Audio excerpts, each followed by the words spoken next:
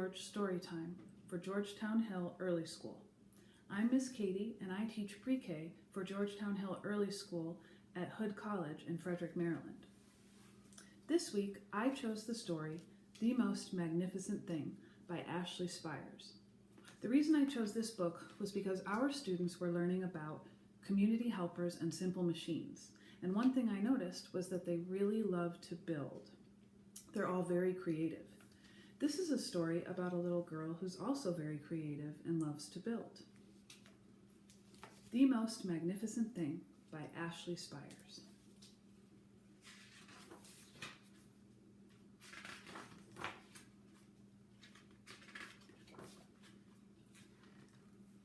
This is a regular girl and her best friend in the whole wide world.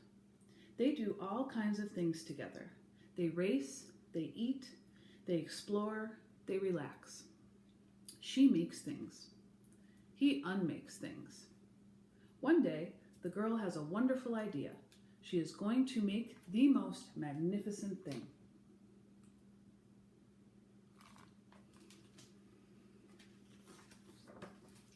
She knows just how it will look. She knows just how it will work. All she has to do is make it. And she makes things all the time. Easy peasy. First, she hires an assistant. Who do you think her assistant is?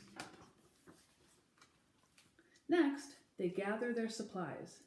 They set up somewhere out of the way and they get to work. What are supplies? Tools and items used to make a project. The girl tinkers and hammers and measures, while her assistant pounces and growls and chews. When she is finished, she steps back to admire her work. She walks around one side, her assistant examines the other side. It doesn't look right. Her assistant picks it up and gives it a shake. It doesn't feel right either. They are shocked to discover that the thing isn't magnificent or good. It isn't even kind of sort of okay. It is wrong. The girl tosses it aside and gives it another go. She's going to try again. She smooths and wrenches and fiddles. Her assistant circles and tugs and wags. When she is finished, she stands up and takes a long look at it. Her assistant gives it a nudge with his paw. The thing is still wrong. She decides to try again.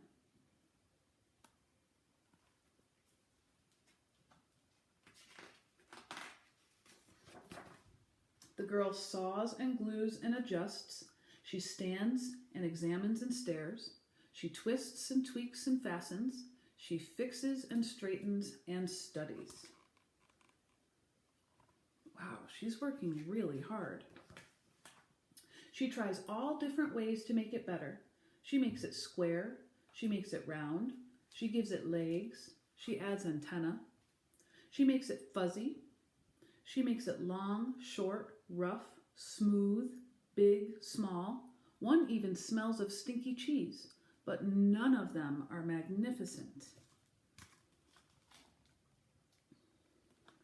What would you do to change your project? Her hard work attracts a few admirers, but they don't understand. They can't see the magnificent thing that she has in her mind. She gets mad.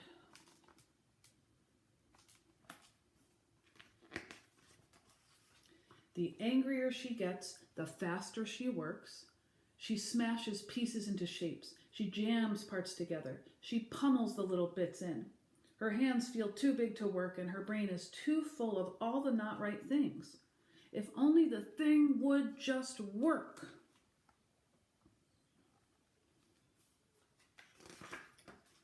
Crunch! The pain starts in her finger. It rushes up to her brain. And she explodes. It is not her finest moment.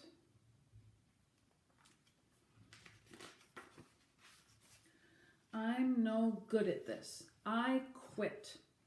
Her assistant suggests a walk.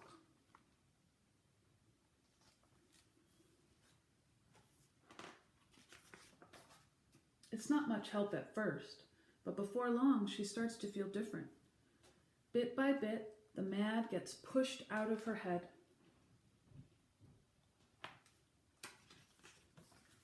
As they stroll along, she comes across the first wrong thing she made. The bad feelings are about to start all over again. Then she notices something surprising. There are some parts of the wrong things that are really quite right.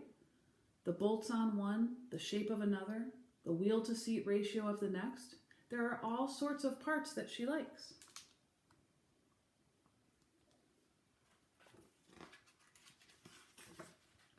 By the time she reaches the end of the trail, she finally knows how to make the thing magnificent. She gets to work. She works carefully and slowly, tinkering, hammering, twisting, fiddling, gluing, painting. Her assistant makes sure there are no distractions. This thing is the perfect thing to ward off bears. This will stop that leak. This one's all wet. The afternoon fades into evening. Finally, she finishes. She alerts her assistant. Who's your assistant? The pair take a good long look. It leans a little to the left, and it's a bit heavier than expected. The color could use a bit of work too, but it's just what she wanted. They climb aboard and take it for a spin. They are not disappointed. It really is the most magnificent thing. The end. Thank you for joining me for Goodnight George Storytime. See you next time.